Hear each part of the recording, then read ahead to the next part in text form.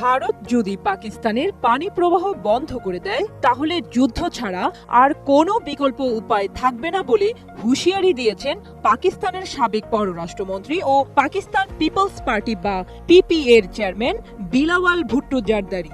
ভারত একতরফাভাবে সিন্ধু পানি চুক্তি স্থগিত করার ইঙ্গিত দেওয়ার পর এই প্রতিক্রিয়া জানান তিনি ভারতের বিরুদ্ধে পাকিস্তানের সন্ত্রাসের সহায়তার অভিযোগও তুলেছেন। 15 জুন জিও নিউজে প্রকাশিত এক প্রতিবেদন অনুসারে ডয়েচে ভেলে উর্দুকে দেওয়া এক সাক্ষাৎকারে বিলওয়াল বলেন, পানি তাদের জীবনের স্রোতধারা, এটি তাদের অধিকার, ন্যায্য অংশ।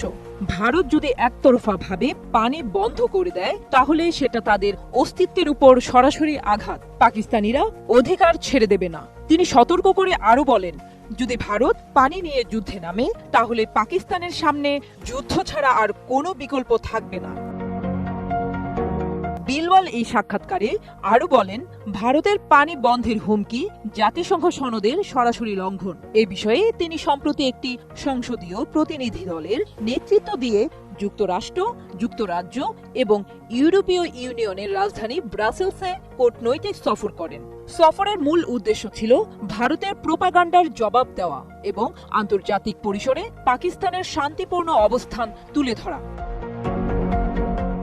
যদিও বিলওয়াল যুদ্ধ চান না বলে স্পষ্ট করে বলেন, আমরা শান্তি চাই, যুদ্ধ নয়, কিন্তু দেশের অস্তিত্ব, পানির নিরাপত্তা ও নাগরিকদের জীবন নিয়ে আমরা কোনো ছাড় দিতে পারি না। তিনি ভারতের বিরুদ্ধে পাকিস্তানে সন্ত্রাসী কর্মকাণ্ডে সহায়তার অভিযোগও আনেন এবং আন্তর্জাতিক সম্প্রদায়ের হস্তক্ষেপ দাবি করেন। এই অবস্থান পাকিস্তানের জাতীয় নিরাপত্তা নীতির একটি দৃঢ় প্রতিফলন। দুই দেশের মধ্যে সম্পর্ক আরো উত্তপ্ত হওয়ার আশঙ্কা রয়েছে, বিশেষ করে যদি সিন্ধু পানি চুক্তি নিয়ে দ্বন্দ্ব বাড়ে। তাই আন্তর্জাতিক মহলের কাছে এখন গুরুত্বপূর্ণ হয়ে দাঁড়িয়েছে উভয় পক্ষকে সংযম ও কূটনৈতিক পথে ফেরানো।